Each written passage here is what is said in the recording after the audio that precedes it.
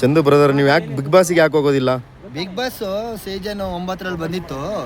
ನಾನು 90 ದಿವಸ ಇರಬೇಕಲ್ಲ, ನಮಗೂ ಕೂಡ ಹೆಲ್ತ್ ಪ್ರಾಬ್ಲಮ್. ನಾವು ಸಣ್ಣ ಹುಡುಗರಿಂದ ದುಡ್ದು ಬಂದಿರೋದಲ್ವಾ. 90 ದಿವಸ ಯಾರು ಇರ್ತಾರೆ? ಏನಾದರೂ ಒಂದು ದಿವಸ ಆದರೆ ಡಿ ಕಾಮಿಡಿ ಕಿಲಾಡಿ ಹೋಗ್ತಲ್ಲ, ಆ ಥರ ಆದರೆ ಹೋಗಿರ್ಬೋದಪ್ಪ. ಅದಕ್ಕೋಸ್ಕರ ನಾನು ಬರೋಲ್ಲ ಅಂತೇಳಿ ಬಿಡದಿಗೆ ಹೋಗಿದ್ದೆ. ಬಿಡದಲ್ಲೇ ನಡೆದು ದೊಡ್ಡ ಗೇಟು ಅಲ್ಲೆಲ್ಲ ಹೋಗಿ ಮತ್ತೆ ನಾನು ಬರಲ್ಲ ಅಂತೇಳಿ ಸುಮ್ಮನೆ ಬಂದೆ. ಮತ್ತು ಮೊನ್ನೆನೂ ಕೂಡ ಫೋನ್ ಮಾಡಿದ್ರು, ವೈಟ್ ಕಾರ್ಡ್ ಎಂಟ್ರಿ ಅಂತ ಬನ್ನಿ ಅಂತ. ಅವಾಗ ಹೋದ್ರೆ ಅಲ್ಲೇ ಇಟ್ಕೊಂತಾರೆ ಸುಮ್ಮನೆ. ನಮ್ಮದು ಫ್ಯಾಮಿಲಿ ಇರುತ್ತೆ, ನಮಗೂ ಒಂದೊಂದು ಸಂಸಾರ ಇರುತ್ತೆ, ನಾವು ದುಡಿಬೇಕಲ್ಲ.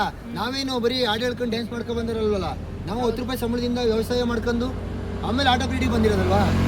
ಅದೇ ಒಂದು ದಿವಸ ಆದರೆ ಹೋಗ್ಬೋದು, ಅಲ್ಲೇ ಇರಬೇಕಂದ್ರೆ ಆಗಲ್ಲ. ನಾನು ಅದಕ್ಕೆ ಬರಲ್ಲ ಅಂತ ಆಮೇಲೆ ನಾನು ವೀಕೆಂಡ್ ಇತ್ತು, ರಮೇಶ್ ಸರ್ ನಡೆಸ್ತಾರಲ್ಲ, ಅದಕ್ಕೆ ಹೋಗ್ಬೇಕಂತ ಆಸೆ. ಅದರಲ್ಲಿ ಎಲ್ಲ ನಮ್ಮ ಹೌದು 100% ಆಗತ್ತೆ. ಯಾಕೆ ಅಂತ ಹೇಳಿದ್ರೆ ಇವರು ತುಂಬಾ ನಮ್ಮ ಚಿಕ್ಕಮಗಳೂರಲ್ಲಿ ಸೋಷಿಯಲ್ ವರ್ಕರ್ ಆಗಿದ್ದಾರೆ. ಮತ್ತೆ ಮಳೆಗಾಲದಲ್ಲಿ ಎಲ್ಲ ರೋಡ್ಗಳನ್ನಾಗಿರ್ಬೋದು, ಮರ ಗಿಡಗಳನ್ನಾಗಿರ್ಬೋದು ಎಲ್ಲ ನೀಟಾಗಿ ಕ್ಲೀನ್ ಮಾಡೋಂಥದ್ದಾಗಿರ್ಬೋದು, ಚಿಕ್ಕ ಮಕ್ಕಳಿಗೆ ಎಕ್ಸಸೈಸ್ ಪೆನ್ಗಳು ಪ್ರತಿಯೊಂದನ್ನು ಮಾಡ್ತಾ ಇದ್ದಾರೆ. ಒಂದು ಸೋಷಿಯಲ್ ವರ್ಕ್ ಮಾಡ್ತಾ ಇದ್ದಾರೆ. ರುದ್ರಾಶ್ರಮ ಎಲ್ಲ ಮಾಡಿದೀನಿ. ಹೌದಾ, ನೋಡಿ ಅನಾಥಾಶ್ರಮ ವೃದ್ಧಾಶ್ರಮಕ್ಕೆಲ್ಲ ಹೆಲ್ಪ್ ಮಾಡೋದಾಗಿರ್ಬೋದು. ಎಷ್ಟು ಜನ ಜೀವ ಉಳಿಸಿದೀನಿ ಆಕ್ಸಿಡೆಂಟ್ ಆದವರಿಗೆಲ್ಲ.